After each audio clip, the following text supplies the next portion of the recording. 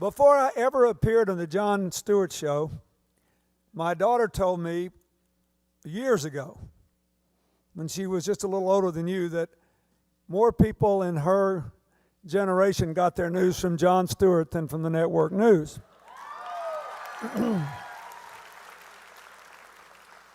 At first, I thought it sounded a little weird. But I can tell you now, I have been on Jon Stewart's show to talk about 2 of the 3 books I've written since I left the White House. He clearly had read them. He knew what the facts were. He had been well briefed.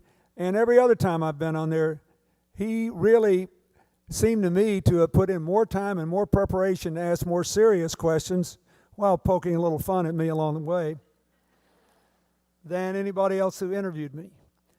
In short, he has done what we need to do more of in our schools. He makes learning fun, and it's still learning. Please welcome Jon Stewart.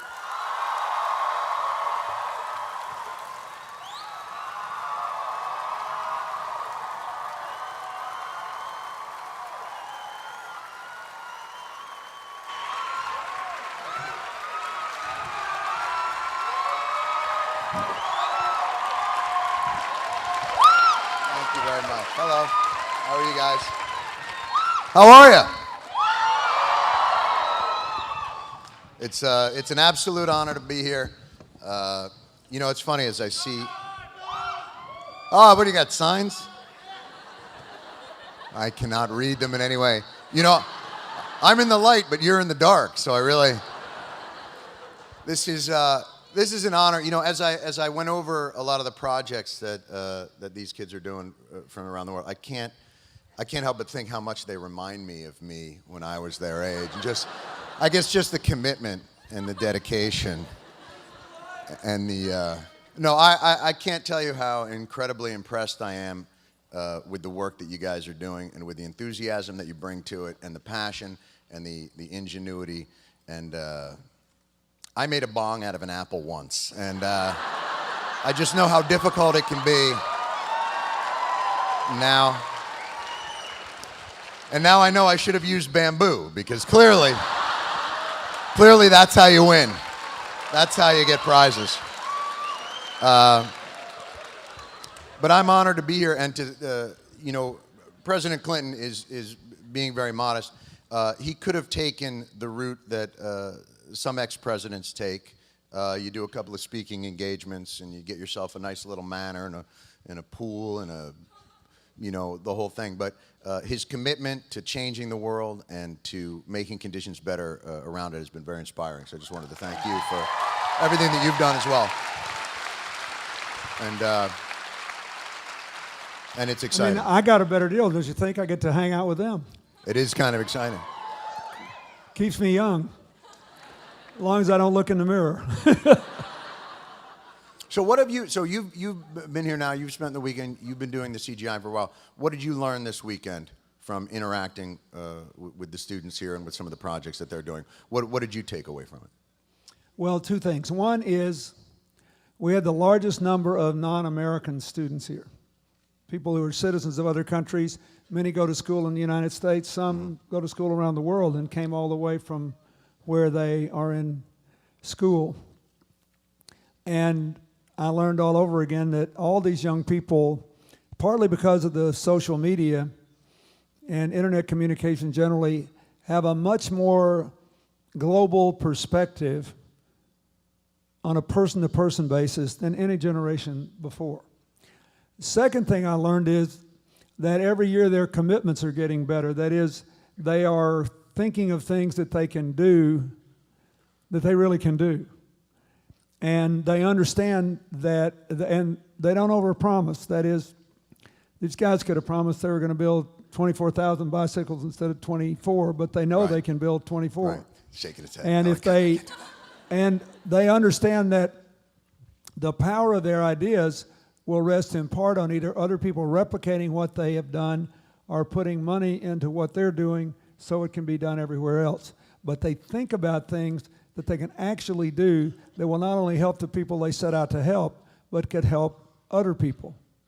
And that, I think, is really important. I mentioned when we opened, that a couple years ago, a commitment was made that I confess I didn't notice at the time, and I'm surprised because I care about it, by an undergraduate at Vanderbilt who's now graduated, to train people who've been sent to prison when they're released from prison, but they're not yet free. They go to halfway houses as a transition period. Right. And he offered them training in making shirts, in marketing, handling the inventory. And they're upscale good shirts, so people would buy them without knowing this. And he knew he could do it for 20 people. So that's what he promised. But the point is, if every college in America had a similar plan to train ex-inmates, the repeater rate would go way down. And the chronic long-term unemployment rate would be positively affected. Because even though we like to say we're a country of second chances and almost everybody who goes to prison is going to get out, the truth is that most people are expected to wear some sort of scarlet letter around their neck for the rest of their lives, and it's nuts. We should try to put these people back into productive life in America. So that's the sort of thing that we see them do.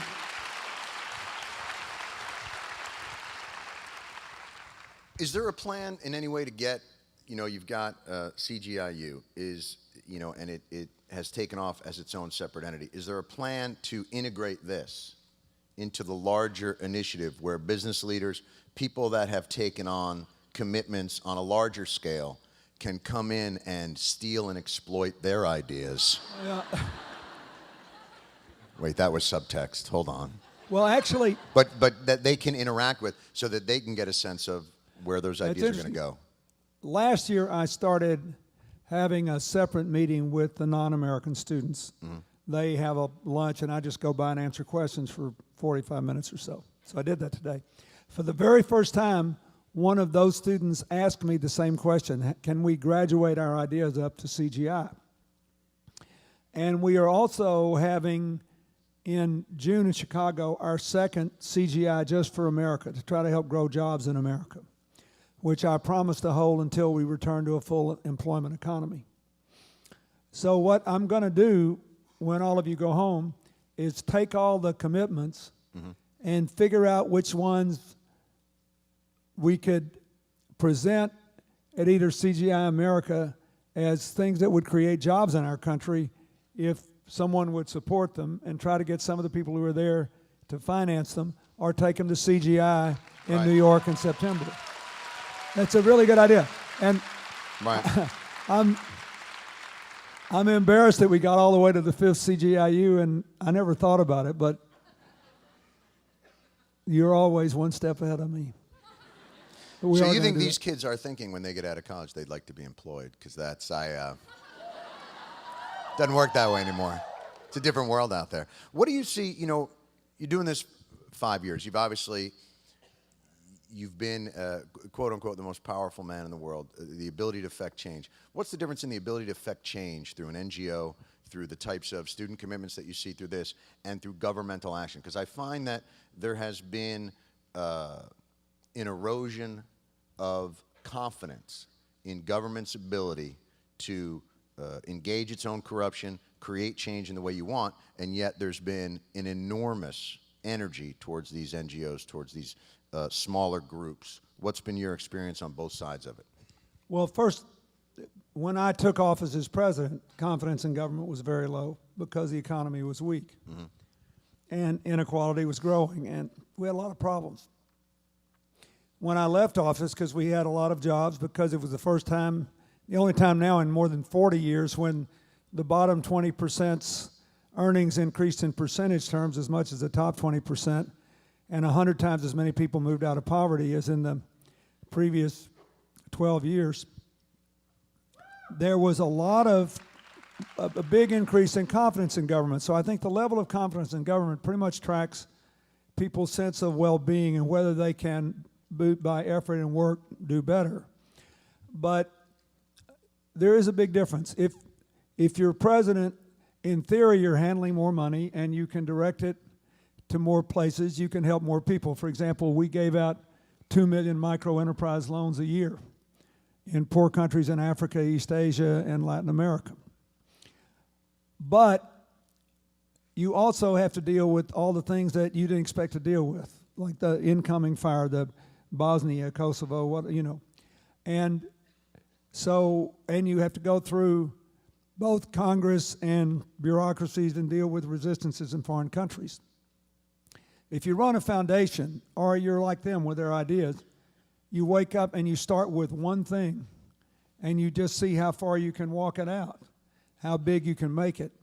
So we started out with a very modest proposal with AIDS drugs, and now in our foundation we negotiated contracts that get 4 million people, about half all the people in poor countries in the world, the least expensive, high-quality AIDS medicines. So I think that in some ways, running a foundation, any kind of non-governmental work, gives you more flexibility, more creativity, more ability to build from the ground up. It's hard to help as many people as you can help if you're president, if things are going well, and you're not spending all your time trying to bail out a boat. But it is immensely personally rewarding because you get to, for example, a couple years ago I visited this reforestation project we were running in Malawi through a young Malawian university graduate. We were in an area where the incomes were less than $1 a day, where the kids never went to school, but the people all chose in these 3 different villages different kinds of trees they wanted to plant to get their carbon credits, and then decided that they would keep only 55% of their income and give the other 45% to their fellow villagers to get them in the system. They had this sense that they needed to plant more trees. They wanted to reverse global warming. They wanted to preserve agriculture. It took me an hour and a half to drive about 11 miles, 18 kilometers on this road to get there, but it was worth all the money in the world to me to see one more time in one of the poorest places on earth, and one that was hard to reach, and one where people didn't know who I was from Adam. I guess they knew I wasn't Adam. I don't look that old. That intelligence... intelligence and effort and actual social consciousness, in a way, are pretty well evenly distributed, but investment and opportunity aren't. And it's a real inspiration to keep hitting it. I want to ask you, you brought up Malawi. I think it brings up, you're going to do a CGI just for America. There's a sense that, we got to do all these global initiatives. We've got to help people in Malawi and in areas that are quote-unquote third world and underdeveloped. And a friend of mine runs something called the Global Portrait Project. They connect kids in different communities to each other through the internet and classrooms and things of that nature. And they connected kids in Haiti with kids in Harlem. And the idea was through art for them to learn an understanding of each other. And they were stunned because the project upset the kids in Harlem, because they felt, from everything that they had heard and read, that their lives were going to be far superior. And this is post-earthquake, and this is kids in Haiti that had been hit really hard. But what they found was the kids in Harlem were suffering really badly as well. And so what do you do about, in so-called developed countries, the intractable social problems of poverty, and how do you attack them in the same creative ways that you can in countries like Haiti? Well, first, in my mind, the 2 problems, I don't think we have to or we should choose one over the other. That is, the United States does not spend a high percentage of its income on foreign assistance and foreign development. If you ask people what we should spend, they say, all the polls show, let's say, between 5 and 15% of the budget. If you say, well, what do we spend? They say, 25% of the budget. Truth is, we spend 1% of the budget. You're saying people are sometimes misinformed. Yeah, and interestingly enough, these numbers have not changed for 20 years. And it doesn't matter how many times somebody like me says it, we can say it till we're blue in the face. People are sort of pre-programmed somehow to think we are putting all this money into foreign assistance in America when we aren't. So since we live in an interdependent world, since we need more customers, since America has only about 12% of its GDP tied to exports, as compared with Germany, the #1 country in the world, which has over 25%. They do even better than Japan. We need to widen the circle of opportunity, particularly in places like Africa that feel a special tie to us. On the other hand, I think that we need to go back and take a whack at American poverty too, much harder. I personally believe we should reinvigorate the empowerment zones and grants. I know the president has proposed this. And I proposed at the end of my term, and we passed a bill to try to make it possible for every area in the country that had an unemployment rate above the national average or an income rate below to get special investments. The poorest communities in America are still the Native American communities that have no gambling. I think every one of them should become a center for solar and wind power that's west of the Mississippi. They have lots of money. And all we have to do is build a transmission line sufficient to carry the power back to the urban areas. That's one real problem. America, for the Americans here, we rank first or second in the world in every survey of potential to generate electricity from the sun and the wind. Every single one. The problem is that with the exception of California and a few other places, the sun shines brightest and the wind blows hardest where the people aren't. We have 140 separate electrical grids that are connected. So, for example, if we're about to have a brownout in Washington, D.C., in theory, they could wheel power all the way from California to us. But as you go from one system to the other, you lose a lot of power. A lot of the distribution systems are inefficient. And like in Wyoming, they're building a big wind farm now, and the people building the wind farm are having to build their own transmission lines to connect it to urban areas in California. So this is a huge deal. If we could just simply do that, if the government could do that, solar power now has gotten about as cheap as wind power. It won't be forever, but there's been a lot of overproduction, and we could do that. We could revolutionize the lives of Native Americans in a way that allowed them to be self-supporting, diversify their economies, and lift themselves out of poverty. The same thing is true in the Mississippi Delta. The same thing is true in Appalachia. The same thing is true in a lot of inner cities. The other thing I would say is one of the things I do in Harlem, Oakland, and a number of other cities is run a mentorship program for people running inner city businesses with Inc. magazine. They pick their most successful small business people, and they come and help our folks. And they help them on market surveys, on inventory management. You'd be amazed how many, when I started this, how many businesses we had in Harlem that still hadn't computerized their records. Right. And didn't know how to really manage their inventory and hadn't sort of measured the changes in markets. So they're no different than people anywhere. They're perfectly intelligent enough to make the most of the modern world if they know what their options are and they know what the benefits are. That's what I think is important. And I'm not surprised, trust me, most people living in Haiti are still much worse off. We still got 500,000 people living in tents there, although we're moving them out pretty fast. But the Haitians are incredibly gifted, creative, intelligent, hardworking people who have never had a government or a society worthy of them. So if you're going in when you're first starting to sort of unravel some of these issues and trying to empower local populations, you were going to rank where you needed to attack first. Is it order? Is it corruption? Is it health? Is it all three at once? Do you have to focus on, when you are stepping into an area and you want to unleash the type of creativity that you see here and in those communities, you have a hierarchy of issues that you feel like you have to walk through to get to that point? Yes, but it depends really. I've looked at them in three baskets if you're going into a developing society. Mm-hmm. First of all, the number one thing everybody in the world wants is a decent job that pays a decent income. They want a predictable income that will enable them to support a family and raise their kids in dignity. And they'll solve a lot of the other problems if they have that. But you also need to help them build systems that make good behavior have predictable possible consequences, which is why predictable positive consequences, which is why I work on building school systems and healthcare systems and water systems and energy systems.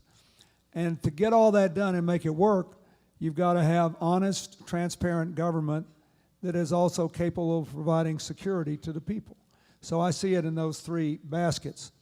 Then I ask myself, what can I do the most on?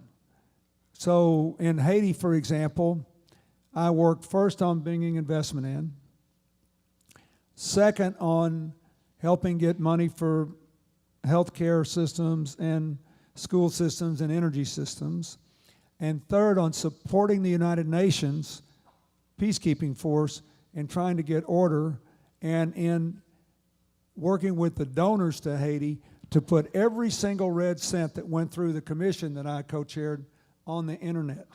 Here's how much Canada gave, here's who got it, here's what they're supposed to do, and when it's over, you'll get a performance and an accounting audit.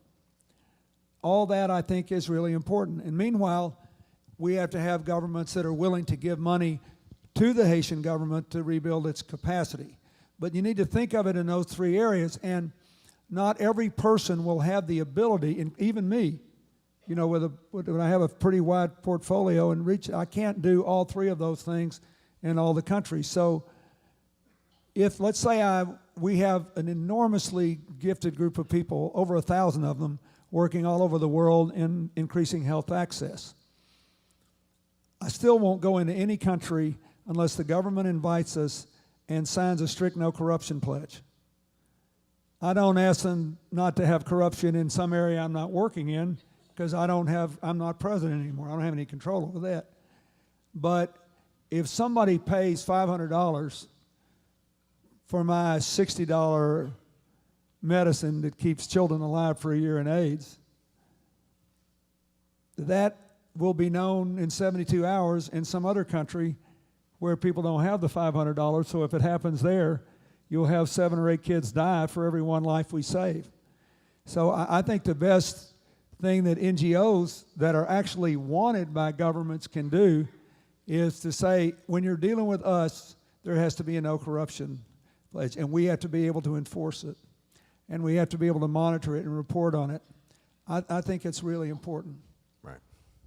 Now, has there been something that you've seen through CGI through the last 5 years that has had, pound for pound, the most impact in terms of when you look back and you think of a program, an initiative, a commitment that, for what was put into it, gave you the results in a powerful way?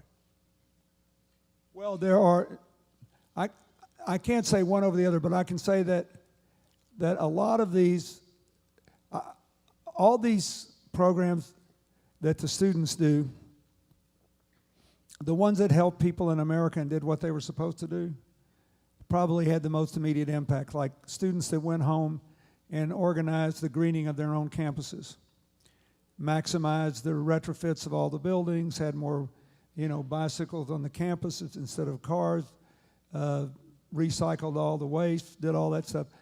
That's something where you can actually say, here we are, here we're a model in America, and we proved it was economical and it didn't raise your tuition. Instead, it lowered the utility bill of the college.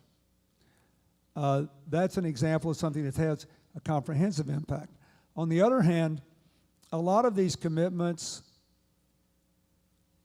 again, what we've got to do, and I need to help do a better job of getting other people to recognize their potential. Like we talked a little about the socket ball, where one of our committees a couple of years ago said, designed a soccer ball that would actually capture the heat energy driven into a soccer ball during a hot soccer match on a hot day on a hot field, and then it can be used actually to run lights in a village hut. You just take the soccer ball and you plug it into a socket, and then that's why can it's you called, eat it as well? Is there a whole other? It's based called it. socket, but it was an interesting idea because it was a way of turning human heat energy into usable energy.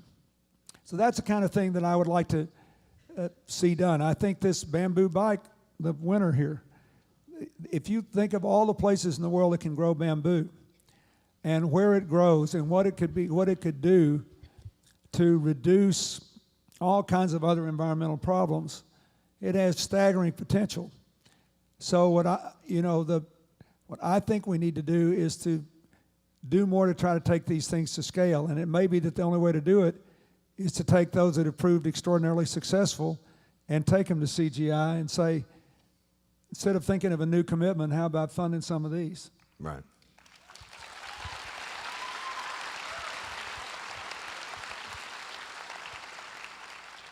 Okay, how many people do you think coupled up this weekend? Just ballpark.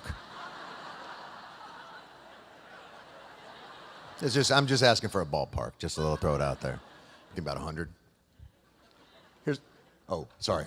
Getting back to the, there's disease and poverty we were talking about. One of my promises to myself in my old age is that I'm going to try to find an opportunity every day for the rest of my life, even if I'm just saying it to myself, to say either I don't know or I was wrong. This is a great thing. I don't know. I don't know. I don't know. What have you come up, I'm always surprised at your ability to be tenacious, your ability to approach these issues that are seemingly intractable. Has your commitment ever wavered? Has your commitment ever been challenged in a way that, not necessarily dark night of the soul, but that you've thought to yourself, I just can't keep banging my head against this wall? Because everybody's going to face it with the type of idealistic solutions that they're looking for. They're going to come up against seemingly intractable issues. Well, the closest I came, I think, was after the financial crisis in 2009. And my foundation, I didn't have any private wealth when I left the White House. I was in debt. So everything I do with my foundation comes from other people's contributions. Thankfully, I make enough money now where I can give money to the foundation too every year, but I didn't for a long time, and it's nowhere near enough to run it. And so we had a bad year in 2009, and I couldn't blame anybody. I mean, I had people who were giving me $1 million or more a year who lost 75% of their net worth overnight. And we had saved a small endowment, and I do mean small, about $27 million, and we basically had a decision to make. Are you going to just shut down what you're doing in Ethiopia, where I had hundreds and hundreds of employees trying to build clinics for people, because people are still dying anonymously in Ethiopia because they just live out there somewhere and there are no clinics? Or are you going to bet that you can come back and blow what you saved? And I chose the latter course. And I thought, boy, if this sucker doesn't turn around, I am one dead duck, because there is no way I'll ever be able to do this. And I was really worried. I was afraid, I could have another health problem, something could happen. I got all these people's jobs depending on me, all these lives depending on me. And what if I make the wrong call here? Maybe I should cut back now. And instead I decided to roll the dice and try for one more year, and it worked out fine. But that was hard. And then, when you work at something and it doesn't work, that's tough. I had a much more ambitious plan trying to turn around businesses in inner city areas and help them hire more people. We started off with a whole strategy to get them McKinsey-like consulting services across the board. And it was highly expensive per business, even though Booz Allen, one of our sponsors, and the Black MBA Association and the African American Property Managers Association, others were helping us. It just didn't work. And one of the businesses I helped to start failed, and I was personally involved with it. And I'm not big on, I hate to fail, especially when somebody else gets hurt. So those things are hard, but you just have to go on. You got to figure out how you're going to keep score. If you're going to keep score in a way that if you ever lose, you failed, then you shouldn't play. The only thing that matters is whether somebody's better off when you quit than when you started. And so that's what matters. But it's hard. Now, I don't ever wish, I were sitting on an island in the Florida Keys somewhere, going to play golf and drinking pina coladas. Because this is fun for me. I do this. This is the most selfish thing I do. I love bringing all these young people here. I love listening to their ideas. I love it. So I feel like I should pay for the privilege of doing it. I mean, it's fun. So it's not that. It's just that when you have more yesterdays than tomorrows, you just hate to fail. You just hate to. But you just have to keep, that's part of the human condition. You just got to keep up and banging your head against the wall and pushing the rocks up the hill. Sometimes I get there. Well, I think what I took away from that is President Bill Clinton is going to start paying all of you for this privilege. I think that's what I took from this. Now, here's what I want to do. So we've got all these students gathered. We've got all this energy. I want to open it up to them, give them an opportunity to ask some questions of you, some ideas that they have. So I think we've got some things set up. I give you permission to ask questions of him. I will lie to you. President Bill Clinton will not. I will. All right, so we've got some. I'm just going to see if I can get under the light a little bit to get. Is there someone right there who's got a question? There's some people over here. Oh, here we go, right here. There you go. Right through there. If you can, just state your name and then whatever your question is. Hi, my name is Izzy. I'm actually a student here at GW. And I was just wondering what continues to inspire you despite the fact that there's so many problems out there. So what should we continue to focus on? What continues to inspire you to do the great work that you do? And it's to both of you. I tell you what inspires me the most is two things. One is the whole CGI network. The CGI in September, CGIU, CGI for America.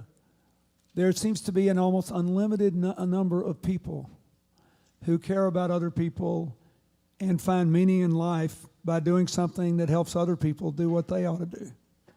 I mean, you couldn't come here and listen to your ideas without being inspired.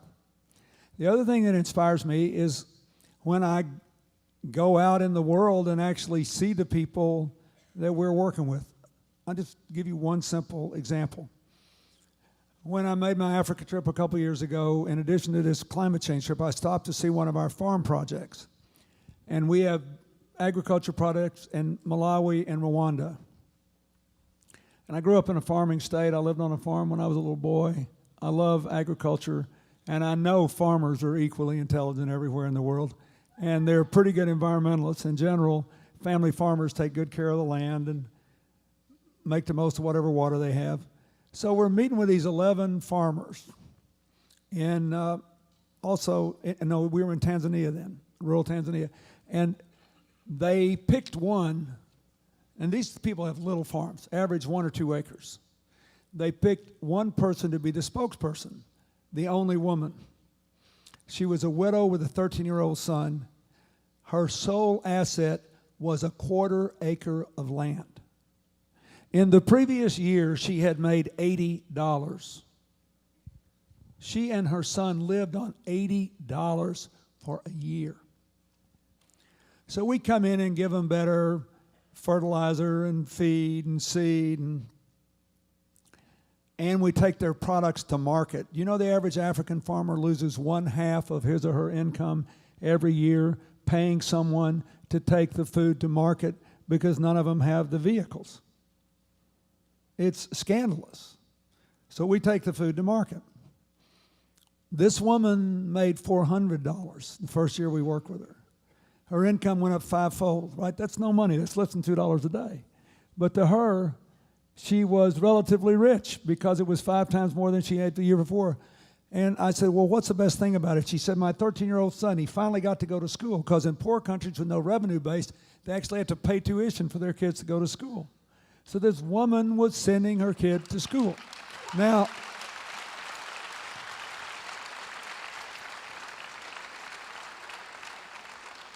I'm about to go to Vienna to the oldest AIDS fundraising initiative in Europe, the AIDS Life Ball. And they support my foundation every year. And so I go over there. And every year I see this couple who run along with a group of Catholic nuns and one Catholic priest from Brooklyn, an orphanage in Cambodia that they support and I support. We provide the pediatric AIDS medicine that keep 320 plus kids alive. And my second book, Giving, the only picture in it's me holding this 9-month-old boy whose parents had both died of AIDS. His father before he was born and his mother slightly after he was born, being raised as an orphan. And he was about to die. He got this medicine. So about a year later, somebody in California who worked at the orphanage came out to me when I was doing a book signing and said, I see you got Basil's picture here. Here he is now. And they had a picture of him with all the other kids. He's 2, looking good. Then I go to the AIDS Life Ball year before last. They give me a picture of Basil at 5, looking good. I know when I go back this time, I'm going to get another picture of this Cambodian kid. He doesn't know me, but he's alive. That's the most meaningful thing in the world to me. God only knows what this kid will make of his life, but I know he's going to have a chance. That would keep you going. All right. Let's get someone else over here. If you're asking me, I would just say ditto. All right. Yes, right here. And then we'll go over that way. Yeah, we'll get you guys. Right. So my group and I, we just went to the Navajo Nation, and we found out that 80% of each dollar is actually spent off reservation, and most power generated on the reservation and 2 big coal-fired plants only goes to LA and Las Vegas. So what can we do to help develop these extremely poor global areas in the United States? Well, first of all, I'll go back to the energy. Every Indian reservation in the West. You're a Navajo? you? Good for you.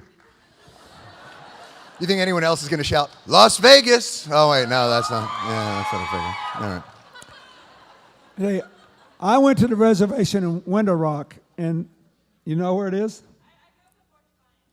So I went to visit to highlight this very problem you're talking about in my last term as president, where there was a young 13-year-old student who had won this great contest, and her prize was her very own personal computer. Except in her home, she didn't have an electrical outlet to plug in the computer. So my first suggestion is, right now, solar panels are the cheapest they've ever been because this is actually what caused the failure of the famous Solyndra company. They were designing a solar panel that was actually cylindrical like this and had a higher efficiency conversion rate, but cost more than twice as much as the average photovoltaic. Like all electrical products, they go down in price as the volume sold goes up. So they knew they were going to lose money for 4 or 5 years, so they needed this loan. And that's why the Energy Department gave it to them, because it was technologically so much more efficient. Then after they did that, the Chinese came in and offered $32 billion more in solar subsidies, which immediately collapsed the market, especially for the less efficient Chinese products. So that's what happened. So instead of looking at a 4-year time loss, they were looking at a 10-year time loss. And nobody was willing to wait that long. That's really what happened. Okay, so as a result of that, these panels are cheap.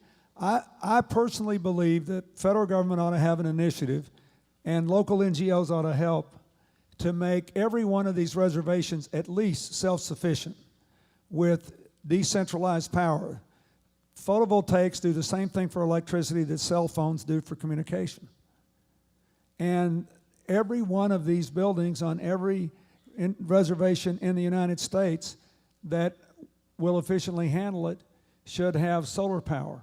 Every one of them that can generate wind power on site should have wind power, and then you can have a simple battery that'll give you a day or two storage if the wind doesn't blow or the sun doesn't shine.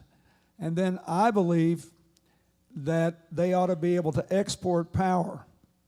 And if they own coal plants, it's okay if they sell it, but the problem is they probably don't get much benefit from it. I don't know, it depends on what the agreement was when they gave permission to build a plant on the site. But energy independence would be a good place to start with diversifying the income of the Native American reservations. Let's try over here. Sir, right there? Yes, sir. You gotta get him the mic there? There you go. My name is Idris Bello from the University of Oxford in the UK. My question is regarding Africa. Since President Bill Clinton pays a lot of visits to Africa, and I know most of the leaders there, past and present, hold you in high regard. So is there a way to scale up your efforts, the kind of work you do here, by encouraging those presidents, when they leave power, to actually engage in similar initiatives to support their people? Yeah. Someone hit a nerve.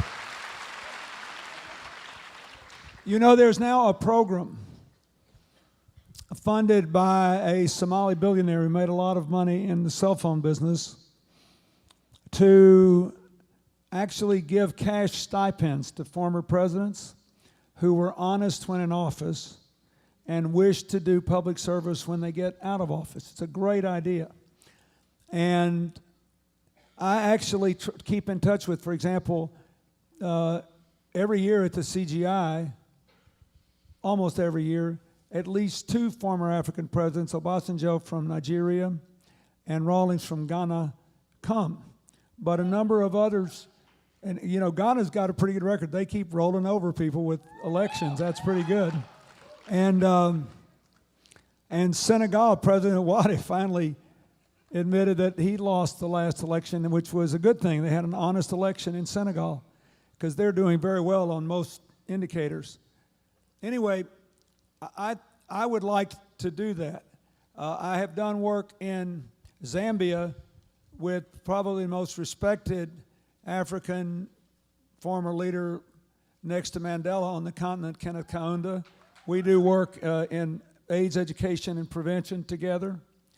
But I think it's a good idea, and maybe I should try to do it more systematically, because a lot of those people are still very vigorous, very interested, and of course, before Mr. Mandela got so frail, I supported all of his charitable work in South Africa. I try to go every year around his birthday and see him and do some event that supports either the work of the foundation or the work of some other foundation that he supports. And I think it's something that can make a real difference in Africa. Thank you.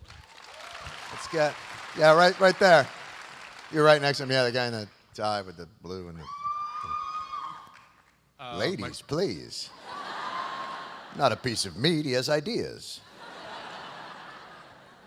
I'm a student coming from Afghanistan to study. I'm studying at California University of the Pacific. This is my second conference in CGIU, and I have been impressed by the commitments I see students making here, from technology to agriculture to other commitments. But I get inspired as well, and I make commitments to what I can, not to bring peace in Afghanistan, because I cannot do that. So my question is, all these commitments that people make here, they go back to their country, they have security that allows them to implement those commitments. When I make a commitment, my commitment is at risk, because it's in danger, because it's not secure. If I make a commitment to go to Kandahar or Helmand, I'm in danger of being attacked by Taliban. What could be done to bring peace in your opinion, having served as the United States president, and now with all your success in mobilizing an army of change agents to go in and do that in their countries, what could be done?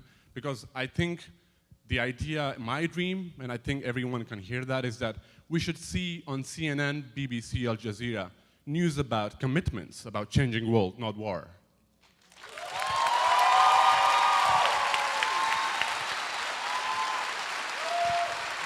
Well, Nicely done.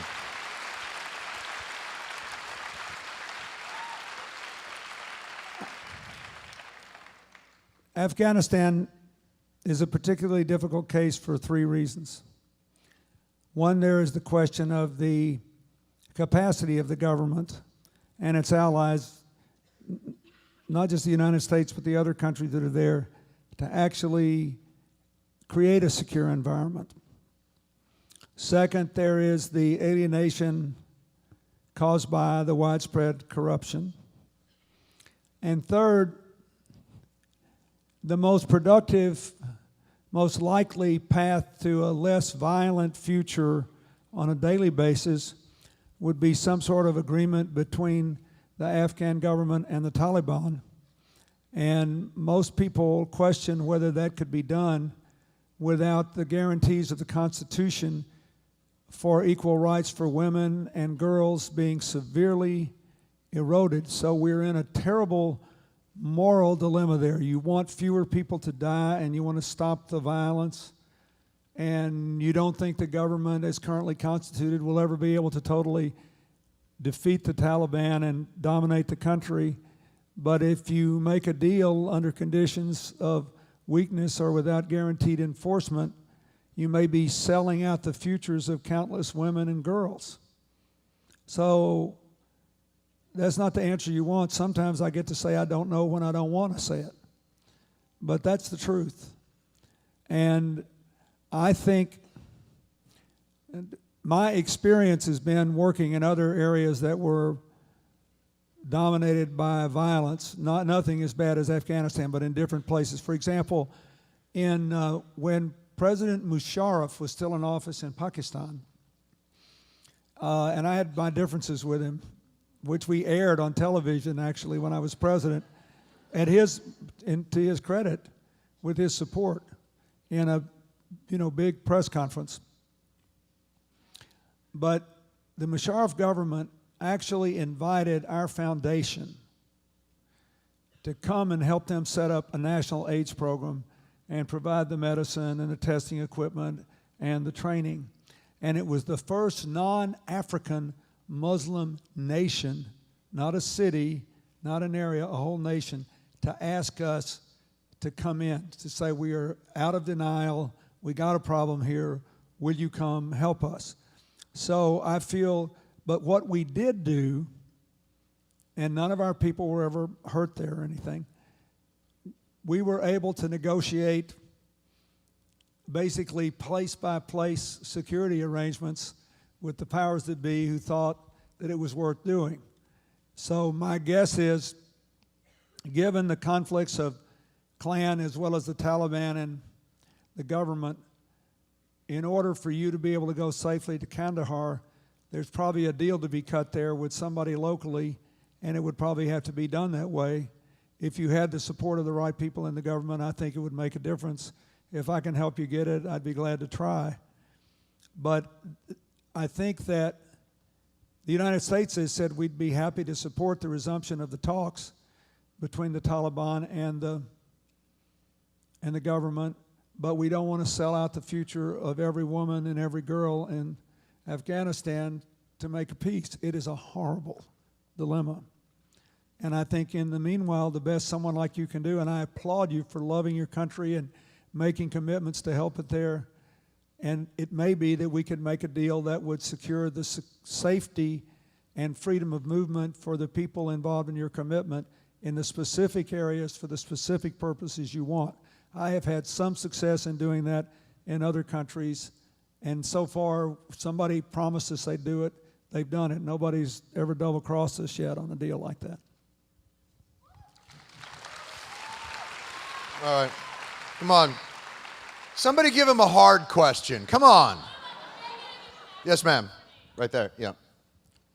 Hi, my name's Sharice Madigan. I'm from Rochester, New York, and I was just wondering, with the economic situation as it is, it's hard enough to go to college and try to get a job when you graduate, as movements like Occupy Wall Street have highlighted. But it's even harder to graduate from college and try to start a business with humanitarian endeavors, such as all of us here are probably trying to do, at least to further our commitments. So how do you suggest that we go ahead and try to help the world while at the same time trying to keep our heads above water I can financially? take this one. Well, first, I think you might want to host your own TV show because I found the money terrific. And you have a real broad platform. So that's what I would recommend. You might want to help her in a more practical well, first of way. all, I want to compliment you on inviting the competition. Most people don't do that. Here's my specific suggestion. And you can find this out on the internet, or you can contact my foundation and we'll give you information. There are 8 or 10 foundations in America whose specialty is funding other people's non-governmental activities. And Vital Voices could help. The Rockefeller Foundation funds sometimes new foundations. There are other people who do it. Depends on what you want to do and how you want to do it and how you want to design it. But there are foundations with a lot of money that are interested in doing this. And so I think, assuming you could find somebody who likes your idea, in this economy, it might be easier to start a business that is an NGO than to find a particular job that you find fruitful. Now, I believe once we get the direct student loan program fully implemented in America, for people who did not take bank loans over and above that, that is, that just got whatever Pell Grants or other grants were available, and all their loans came through the student loan program. When that's fully implemented, and I think they're going to move it up and fully implement it next year, then from then forward, I think you will have less pressure because everybody's loan obligation per year will be tied to your income. So your loan payments will be a function of your job, so your job doesn't have to become a function of your loan payments. And this is in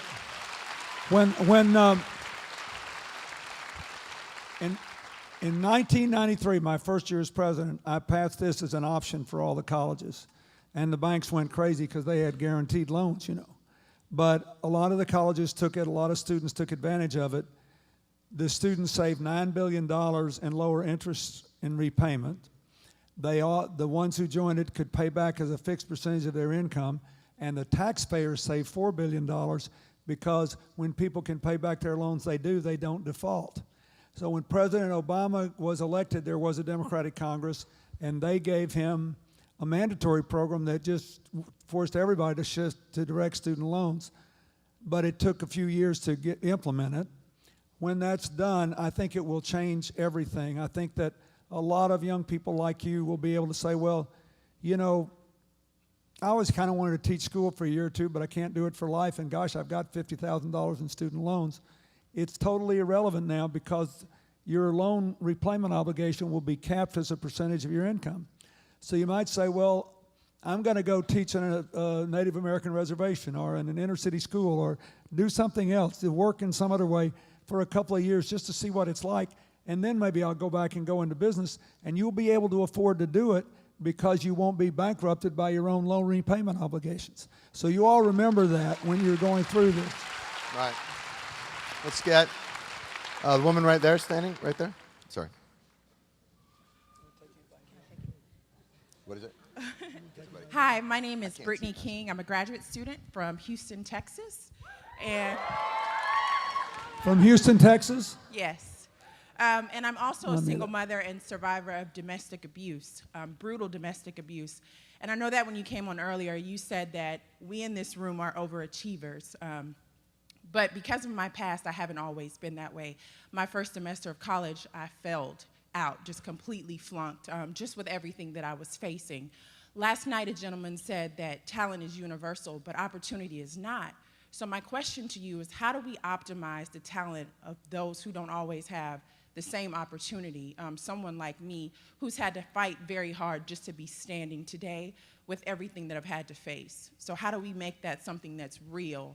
This is an excellent opportunity that I sought out. My school didn't tell me about it, I just kind of went looking. So how do we make that something that's real? Well, let me ask you something. Stand up, stand up, stand up.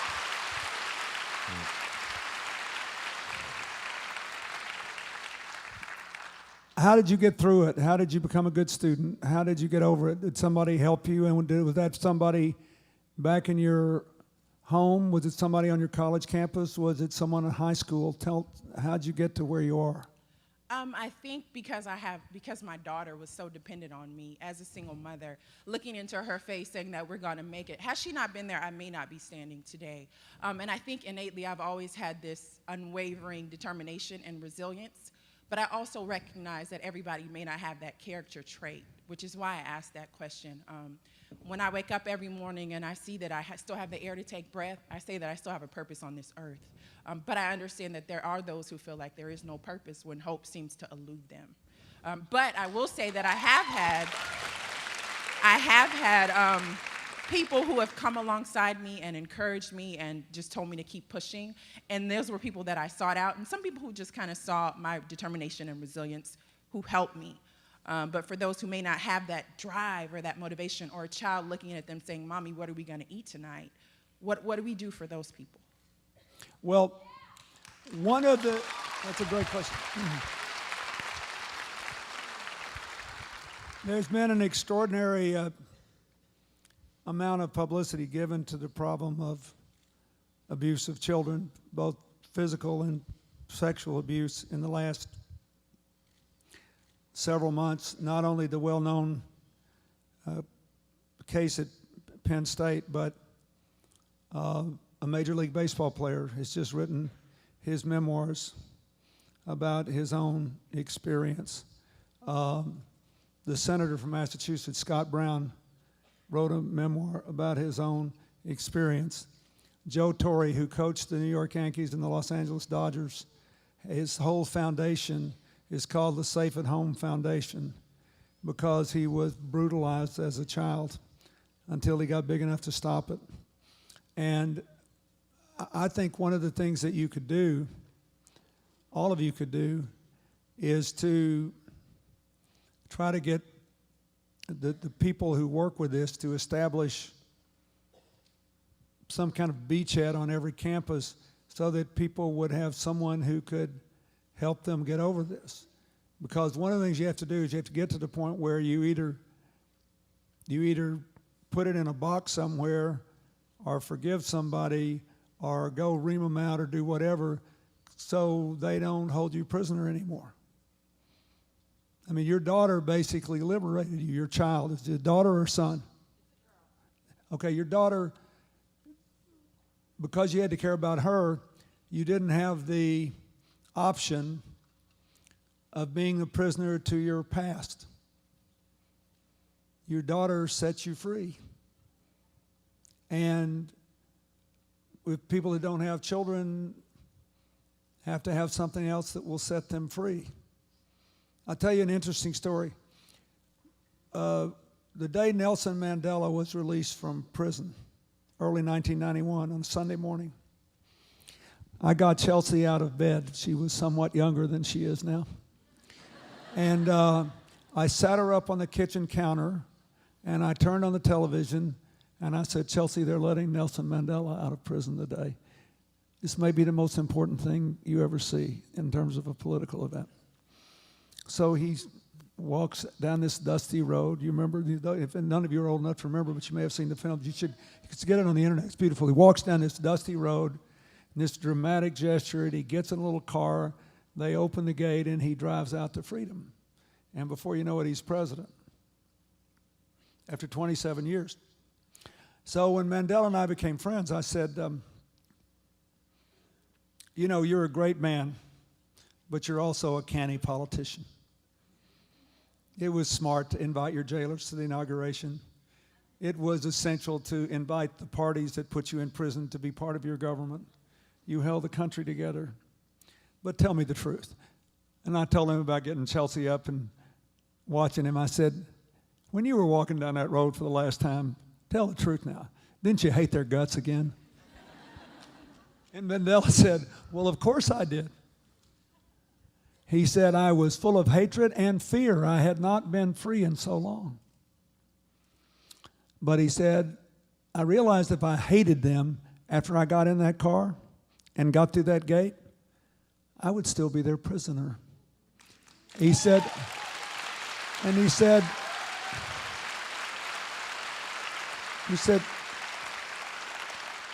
and he smiled at me and says, I wanted to be free. And so I let it go.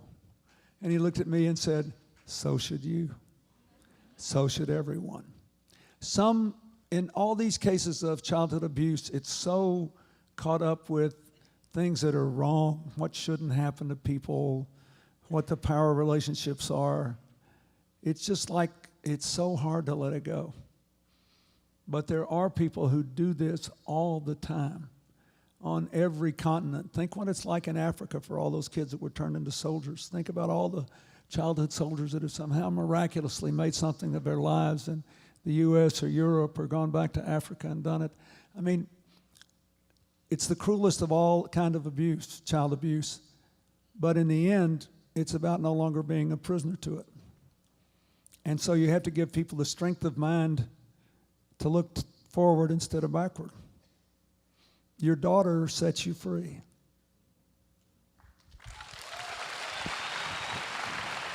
Let me see if I can get someone from up in the back there. Yes, ma'am. You're standing right there on the back. Yeah. Hi, my name is Lauren Hassick, and I'm an undergraduate at the University of Pittsburgh. All right, so we've been talking a lot about how wonderful it is that we all are getting off our butts and committing ourselves to all these wonderful goals, and we hold babies in Africa, and we spit off numbers about how well development has helped these countries. What about the negative impacts of foreign aid? We haven't said a thing about that all weekend. She's talking about the negative impact of foreign aid. I think she's talking about people being sick of Bono. I think that's pretty much what it is. I think it's Bono. No, she's saying, do you have anything to say about, are there any negative impacts to foreign aid? And is there anything that you've seen that has gone in that has taken...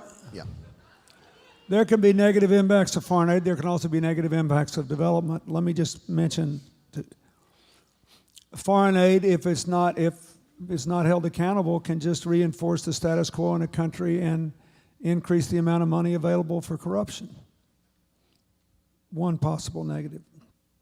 Secondly, foreign aid can be a project that the donor feels that the country needs, that the country hasn't bought into, in which case it will be wasted money. As soon as the money runs out, the project will vanish and it won't have any lasting impact. Foreign aid can be harmful if a country sees that less than half the money appropriated is actually being spent in the country on the people, because the developed countries' NGOs are getting big cuts off the top. So there are lots of problems with foreign aid, and I spend a lot of time trying to help improve its impact in countries where I don't take the money directly. Obviously, I have a conflict in the United States now, so I don't do that. But I do try to help improve the impact of American foreign aid by seeing that a higher percentage of it is actually spent in the country on the people it was intended to reach. We could, if we had a simple requirement, a requirement like the healthcare laws requirement, that 85% of all the money that you pay in healthcare goes to your healthcare instead of profits or promotion. If 85% of all the foreign aid appropriated by every wealthy country in the world had to be spent on the people and through the people in the country it was designed to help, in a way that was transparent, accountable, and honest, that would dramatically increase the impact of whatever dollars are appropriated by parliaments and Congress around the world. But let me also say that there can be corruption in private development too. That's the well-known resource curse. Why do so many countries with oil and minerals and metals wind up with average people poorer and the economy polluted? Because they just pay off people who want to be paid off, and they don't reinvest money in the country. One of the most rewarding things I do is work with Canadian mining companies who put money into funds in in Bolivia and Peru to reinvest some of their mining profits in the areas where the mining occurs, to diversify the economy and strengthen society, so that when the mines play out, the people will be better off. Every country in the world with mineral wealth or mining wealth or oil wealth should have the money spent the way Botswana spent its diamond money. There's a reason that the per capita income in Botswana is twice that of any other country in sub-Saharan Africa, apart from the fact that it's a very small country with a lot of wealth. And that is, they put 100% of the money into a transparent trust. The money goes into a trust. And you know what the contracts are worth, and you can follow the money to see if that much money is in the trust. And then when the money is spent, it's spent to benefit the people and diversify the economy, and that's all transparent. That's the way every country should handle its resource wealth. If they did, it would be the biggest boon to Africa, and ordinary people would see their incomes rise. I go to Nigeria once a year. We mostly just have climate change projects in Nigeria. But I go there once a year to a major press event where a Nigerian press man brings in all the people from all the sectors of the economy, and then brings in people like me from outside to tell them that they should be honest and transparent because it would work better, and point out how it's working in other places. Because if Nigeria works, South Africa works, and you can avoid the worst of what's going on in the Congo and give them a responsible path forward, the rest of sub-Saharan Africa would have magnets that would guarantee much more rapid and positive growth. So there are problems with foreign aid, but there are also problems with private development, and they both need to be addressed in a way that benefit real people in the countries affected. Right. Gentleman right there in the baseball hat, we got a, yep. Hello, my name is Dan Chesmore, and to be honest, I'm putting a lot at risk for speaking right now, but I have to bring an issue that I feel needs to be addressed. So I'll start. Mr. President, during your presidency, you signed significant legislations such as Don't Ask, Don't Tell and the Defense of Marriage Act. After attending CGIU, there's obviously a focus on alleviating poverty and making commitments to sustainability, education, health, and development. However, I identify as being a minority because of my identification with the LGBT community. Thank you. Though campaigns such as the It Gets Better project have made considerable differences in the lives of LGBT youth, both in America and across the world, LGBT youth are still most at risk for teen suicide. What can we as students do to ensure equality and fair treatment for LGBT Americans?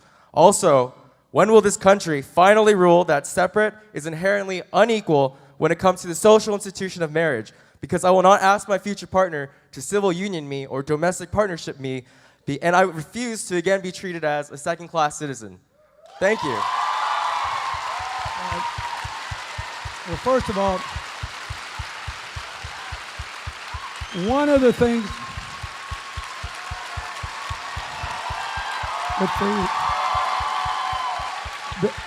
the answer to the gay marriage question is this. This Supreme Court is not even sure you should have to have health insurance. They're not about, I don't think, to say that you have a constitutional right to be married. They'll say it's a matter of state law. But I think we're making progress there. And my answer on the marriage issue is, I've changed my position, a lot of other people have. We got it in New York, you have to keep working, and you'll get there. Let me just say this, but since you brought it up, I thank you for doing it. I'm always curious at how selective people's memories are. The LGBT community must wonder about how I maintained such broad support in your community when I was president, since I did those two terrible things. Here's why. Number one, I did not sign Don't Ask, Don't Tell until both houses of Congress had voted by a veto-proof majority for a resolution saying if I kept trying to put gays in the military, they would go back to making it a crime. And Colin Powell came to me as chairman of the Joint Chiefs of Staff and said, if you accept this, you're beat on this other thing. If you accept this, here is how we will enforce it. No gay person will be asked about his sexual orientation. Getting gay materials, going to gay bars out of uniform, marching in gay rights parades out of uniform, none of that will be used to kick anybody out of the military. In other words, we'll let everybody alone if you agree to this. Okay? So rather than go back to what happened, I agreed to do it. And what happened? The minute he left, they broke every single commitment they made to me and started wasting money trying to kick people out. The reason I supported gays in the military in the first place was partly because in the first Gulf War, the military allowed more than 100 gay members of the service to put their lives at risk in the first Gulf War in 1991, knowing they were gay, waited till they put their lives at risk, waited till the war was over, and then kicked them out. So it's true I did it, but if you understand all the facts and what my options are, I'm not sure I did the wrong thing. And on the DOMA bill, the whole purpose of DOMA was to keep the Congress from voting out a constitutional amendment banning gay marriage in the U.S. Constitution, which, had it gotten to the states, would almost certainly back then have secured the votes of 3/4 of the state legislatures in the country. It was a cold calculation based on we may have been wrong, but most of the leaders of the gay community and most of my congressional advisors believed that if we didn't go along with that, the Republican Congress would put a gay marriage ban amendment to the federal Constitution, and that they would get the votes in the House and the Senate, and they would send it to the states. So I may have been wrong, but I think under the circumstances, since we believed that would happen, it was worth it to block it, because since then, there has been steady, long progress toward recognizing gay marriage, which I support. Yes.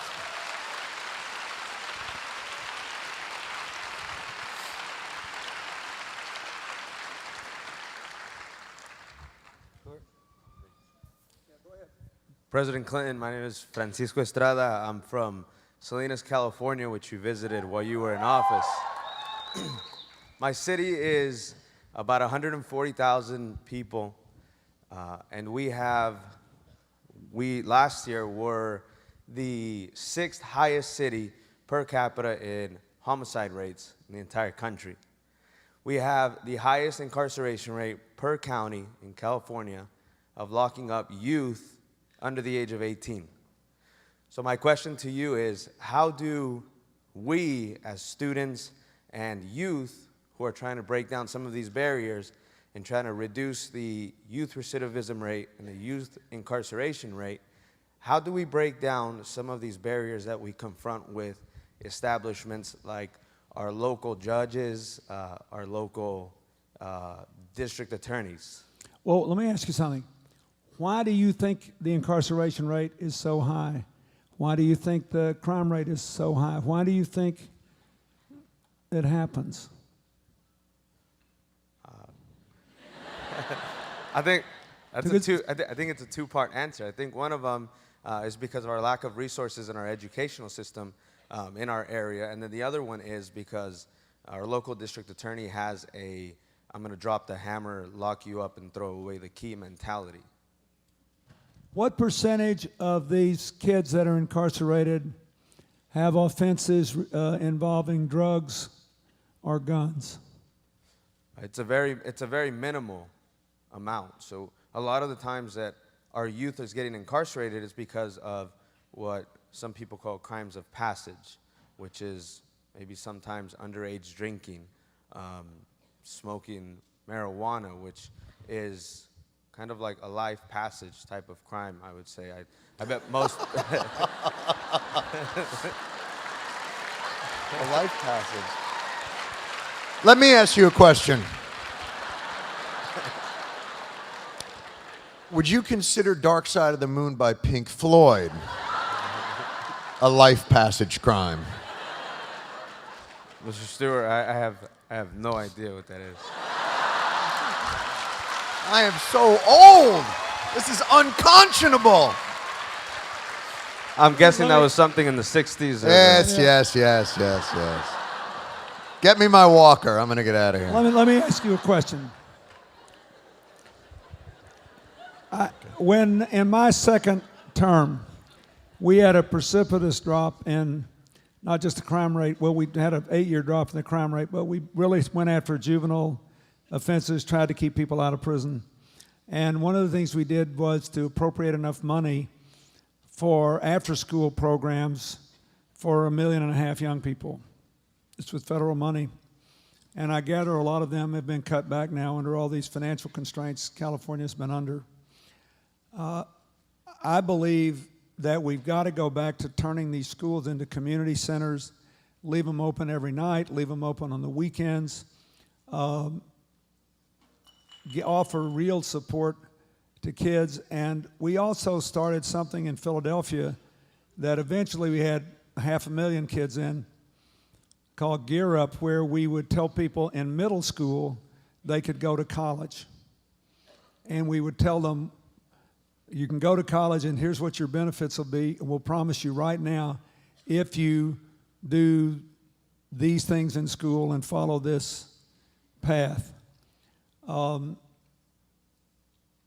think you got to figure out, look, most people don't want to fail. You know, they don't want to fail. Most people want to succeed, but they first don't think they'll be able to. So then they do dumb things. Or they don't know how to. And I don't think there's a magic elixir here. I think that you got to go to child by child by child and figure out they each need a mentor of some kind.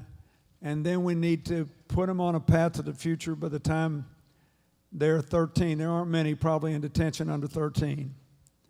There may be some, but probably not many. And then I think somehow they have to be able to choose their schools over the streets. We've got to go back. I don't care how we find the money. We've got to find a way to go back and do what I was trying to do at the end of my second term, which is to turn all these schools into community centers. Let me just give you one example. Andre Agassi, the famous tennis player, started a school in Las Vegas, which I have been to several times. And he put it in the poorest neighborhood in Las Vegas, one of the poorest neighborhoods in all of Nevada. And it was the first school in the entire county, where Vegas is, which is, half the population of the state, to receive an excellent rating from the state. And they're open all the time, every night, every weekend. All the parents, whether they're two-parent households or single working moms, they're invited to come into the schools. They give all of them computer training. They do emailing with the teachers. They give the kids something to do at night and on the weekends. In other words, the school recognizes that the families are under enormous assault, economic and otherwise, that these kids are in trouble, and they also start early preparing them either to move into a training program where they can get a decent job or go on to college. And it's made a huge difference. Now, Agassi is not one of these celebrities that has to have a charity so you can check the box and somebody else runs it. He runs that school. I mean, he has people who do that, but I mean, he's heavily involved in it and in the lives of the kids. But it's stunning what happened once they went after every one of these kids, one by one by one, and their families, one by one by one. And they made them all feel that they had a home in the school and that they were committed to their success. And somehow we have to recreate that for everybody. When we leave here, the basketball games are on tonight, and bye, John. Now, I want to say this because it relates to Salinas.